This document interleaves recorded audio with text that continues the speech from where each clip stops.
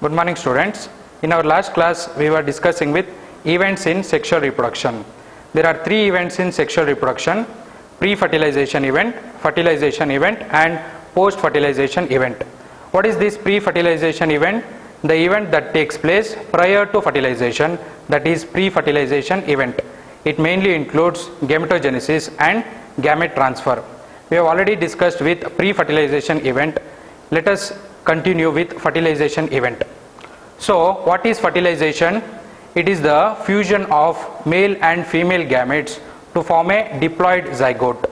I will repeat, it is the fusion of male and female gamete to form a diploid zygote.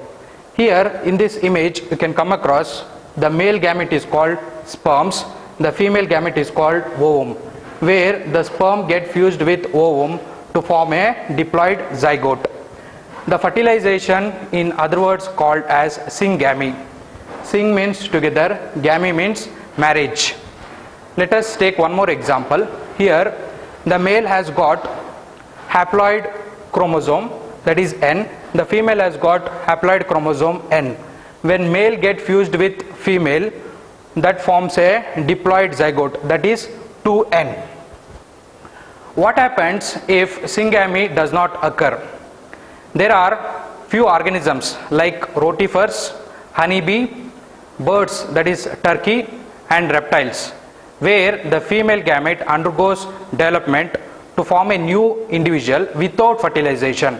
This process is called as parthenogenesis. That means the female gamete undergoes development to form a new individual without fertilization, and that process is called as parthenogenesis. See, we can consider few examples: honeybee, rotifers. These are the small aquatic microscopic organisms. They belong to the phylum Rotifera. They are mostly found in freshwater forms as well as in moist soil. This is the turkey, and there are some lizards belong to reptiles. Now, where does the fertilization occur? Based on the location, whether the fertilization is taking place inside the body or outside the body, the fertilization is broadly classified into two types, that is external fertilization and internal fertilization. Let us study one by one. External fertilization. External means outside. It is the fertilization where the fusion of gametes takes place outside the body of female in a medium called water. I will repeat, it is the fertilization where the fusion of male and female gametes takes place outside the body of female in a medium, that is water. Let us consider a few examples, that is aquatic organisms like algae, fishes, amphibians. These organisms show synchrony between the sexes and release large number of gametes into the surrounding medium to ensure syngamy. Here in external fertilization, both the gametes, that is male gamete and female gamete, are motile. They show the synchrony. Synchrony is nothing but coordination, where the male gamete and female gamete are motile in condition, and they release large number of gametes into the surrounding medium. Here the medium is water, because to ensure syngamy, and that is how the fertilization mainly takes place in water medium. And there are few advantages in external fertilization.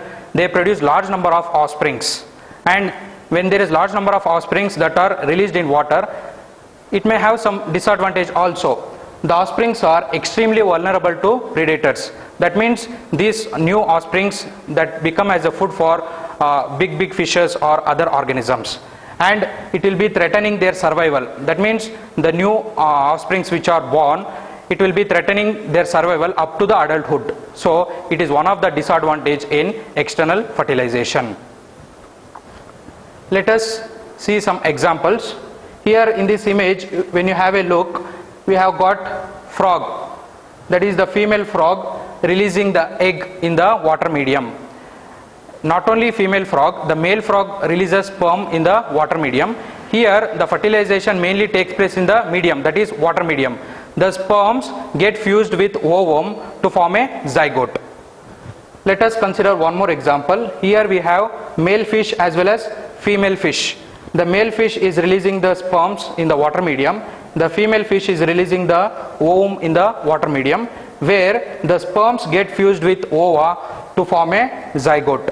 When this zygote undergoes embryonic development, it forms embryogenesis. When this embryo becomes mature, it forms a new individual. This is how the external fertilization mainly takes place in a medium, that is water. Now moving on to the next fertilization, that is internal fertilization. As the name says, internal means inside. It is the fertilization where the fusion occurs inside the body of organism, that is female body. I'll repeat. It is the fertilization where the fusion occurs inside the body of female organism. Here the male gamete is motile, whereas the female gamete is non-motile. Let us take some examples. The terrestrial organisms belonging to fungi, and there are some animals like reptiles, birds, mammals, and plants like bryophytes, pteridophytes, gymnosperms, angiosperms. These all undergo internal fertilization. And here the male gamete being motile reaches the non-motile egg inside the female body for undergoing fertilization. The male gamete is very much motile. It can reach the non-motile egg inside the female body, and that is how it fuses to form a new individual. And here there is a large number of sperms produced, but the number of eggs produced is very much less. And the offsprings are well protected in the initial stages. That is, the zygote remains inside the female body. For example, the newborn baby, it will be present in the womb of a mother for about 9 months. That is how the protection is given inside the womb of a mother. In the seed plants, the non-motile gametes, that is the male gamete, reaches the female gamete by pollen tubes. We have already studied about pollination. What is pollination?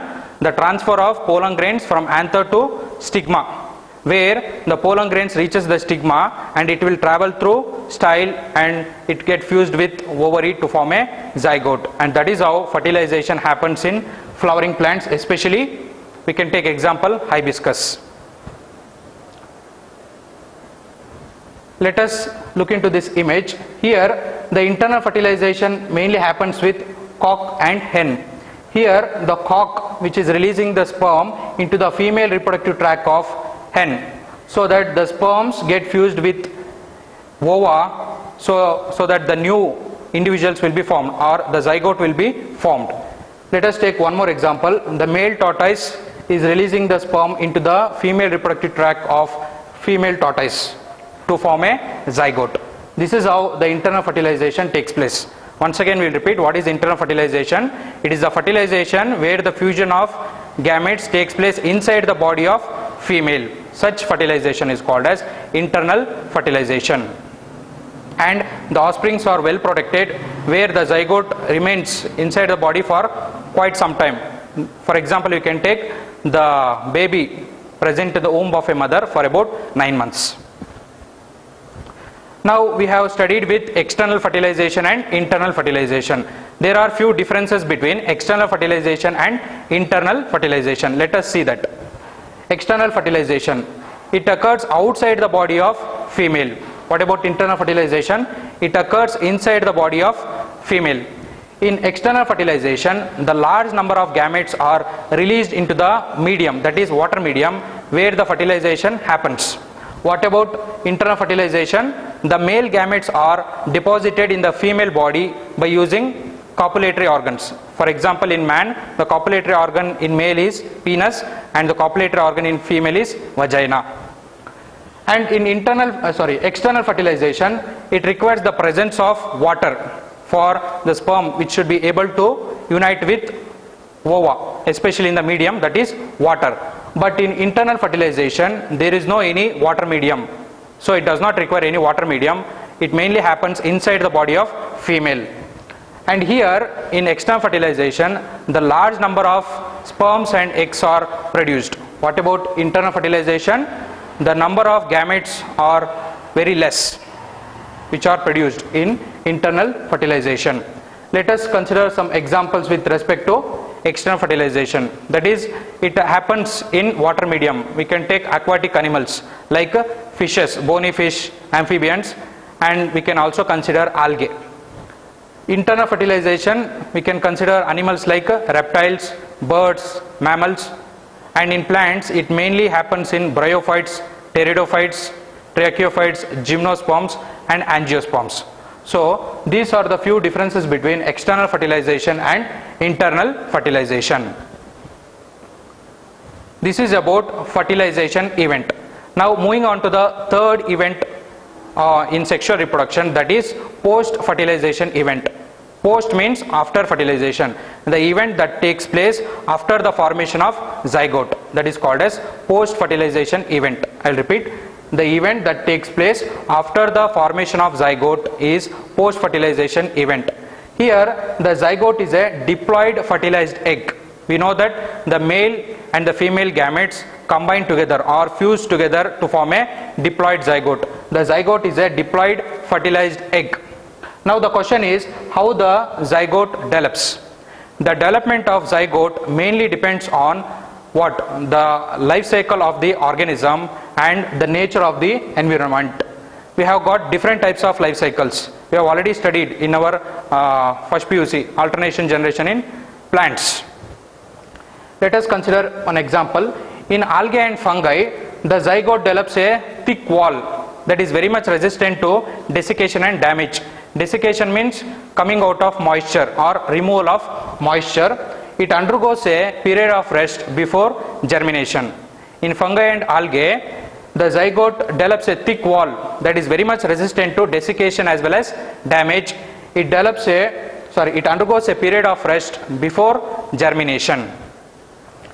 And in sexually reproducing organism, the life starts as with zygote. That means the life begins starting from zygote, and this zygote is a vital link that forms a continuity of species from one generation to next generation. The zygote acts like a vital link which ensures the continuity of species from one generation to next generation. So only in sexually reproducing organism, the life starts from zygote, or the first stage, what we can say, that is the zygote.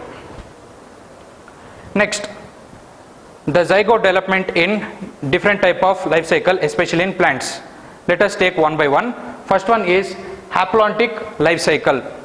In certain plants where they possess haplontic phase, which is very much dominant, it is mostly seen in algae. For example, Volvox, Spirogyra and Chlamydomonas. Let us see how the haplontic life cycle takes place. Here we have gametogenesis. Gametogenesis is nothing but the formation of male and female gametes, and the process is nothing but fertilization. We also termed as syngamy. The fusion of male and female gametes to form a diploid zygote. Here the diploid zygote undergoes meiosis to form haploid spores. These haploid spores gradually grow to form haploid individuals.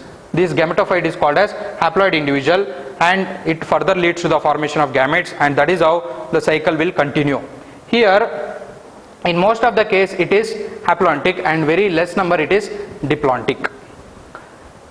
In haplontic it is mostly seen in algae, Volvox, that is Volvox, Spirogyra, Chlamydomonas, where the zygote divides by meiosis to form haploid spores. The haploid phase is more dominant and they are called as haplontic life cycle. In haplontic plant, the haploid phase is very much dominant. Next, zygote development in diplontic life cycle. Here in diplontic life cycle, it is mostly seen in gymnosperms and angiosperms. Here the zygote, that is diploid in condition, it does not undergoes meiosis. What does it do? The zygote undergoes mitosis. It will directly undergoes mitosis to form a sporophyte. In diplontic life cycle, the sporophyte is dominant diploid sporophyte. This sporophyte directly undergoes gametogenesis. The gametogenesis leads to the formation of gametes, and these gametes undergoes fusion to form syngamy, and this is how the cycle continues. Here in most of the case it is diplontic, and very less case it is haplontic. Next, moving on to the haplodiplontic life cycle. The zygote development takes place in haplodiplontic life cycle.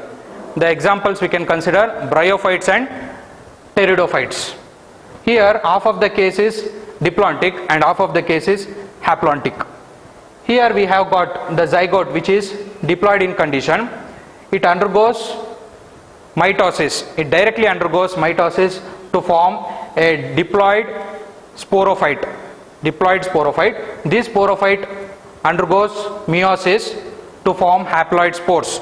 These haploid spores gradually grow to form haploid individual, that is the gametophyte. This gametophyte give rise to gametogenesis, that is the formation of male and female gametes where they get fused to form zygote, and that is how the cycle continues.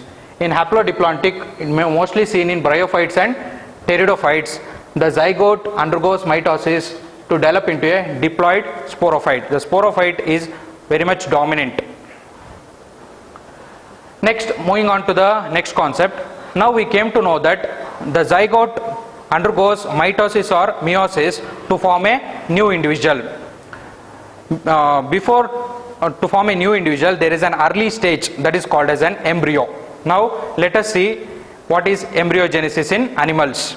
The development of embryo from the zygote, this process is called as embryogenesis. The development of embryo from the zygote, that is called as embryogenesis. During embryogenesis, the zygote undergoes two processes, that is cell division and cell differentiation. During cell division, the number of cells increase in developing embryo. What about cell differentiation? It helps the group of cells to undergo certain modification for what? Specialized to form a specialized tissues, organs, and to form a new organism. That is how the cell differentiation takes place during embryogenesis. As a result of these two processes, that is cell differentiation as well as cell division, the zygote gradually develops into an embryo, and the whole process what we called as embryogenesis. Embryogenesis is nothing but the development of embryo from the zygote. That process is called as embryogenesis. Now this is an image to represent how the embryonic development takes place in the human body. This is the fertilized egg where the sperms and eggs fuse to form a diploid zygote. It undergoes cleavage, 2 cell stage, 4 cell stage, 8 cell stage, 16 cell stage, blastocyst, and it forms a fetus that is about 4 weeks, fetus it is about 10 weeks, fetus it is about 16 weeks, and fetus it is about 20 weeks. Okay, this is how the embryonic development takes place. We will study in detail in human reproduction. Now, based on the place of the zygote development, the animals are categorized into two types, that is oviparous animals and viviparous animals. What are oviparous animals? The animals which lay eggs are called as oviparous animals. Let us consider a few examples, that is reptiles and birds. That is, the zygote development occurs outside the female body. Here the animals lay fertilized or unfertilized eggs. The fertilized eggs, it is mostly covered by a calcareous shell for protection, and they are laid in a safe place because in order to protect the young ones from predators. So these organisms lay the eggs in safe place, and after incubation, especially we have seen with hen where the incubation takes place, after incubation the young ones hatch out to form a new individual. So what are oviparous animal? The animals which lay eggs are called oviparous animals, and the zygote development mostly takes place outside the body of female. These animals lay both fertilized as well as unfertilized egg, and the fertilized egg is covered by a calcareous shell, and these eggs are laid in a safe place in order to protect their young ones from predators. After incubation, the young ones get hatched out to form a new individual. Best examples is reptiles and birds. Here we have got few examples like snake, that is a reptile, duck, turtle, crocodile. These are few reptiles, and we have got some birds, that is hen, stork, ducks. Okay, the second type is viviparous animal. That means the animals which give birth to the young ones are called as viviparous animals. Here the zygote development occurs inside the body of female. That means you have come across where the baby which is growing in the mother, it will be present about 9 months in the womb of a mother. So the zygote development, it is mostly taking place inside the body of female, especially in viviparous animals. And these young ones, they are later delivered out of the female body. Because of proper embryonic care and protection, there is a chances of survival of young ones from predators. It is mostly happens in viviparous because proper care as well as protection is taking place inside the body, so the young ones are protected from predators. It is mostly seen in most of the mammals, especially common example is human. Cow, cat, dog, donkey, monkey, giraffe. These are the few examples where the animals give birth to the young ones, and these animals will be well protected inside the body and they can be protected from predators. Next, the last concept is development of zygote in plants. In flowering plants, the zygote is formed inside the ovule. The ovule is the female gamete where the zygote is formed inside the ovule.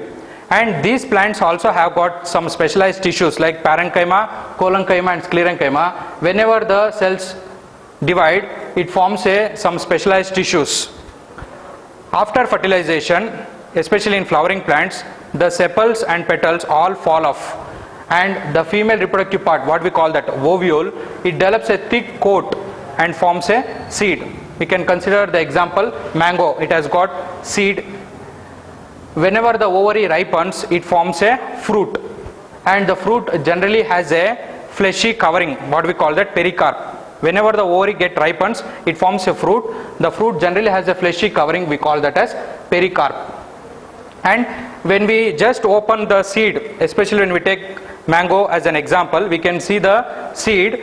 Inside the seed there is an embryo. This embryo includes cotyledons. Either it may be single cotyledon or double cotyledon.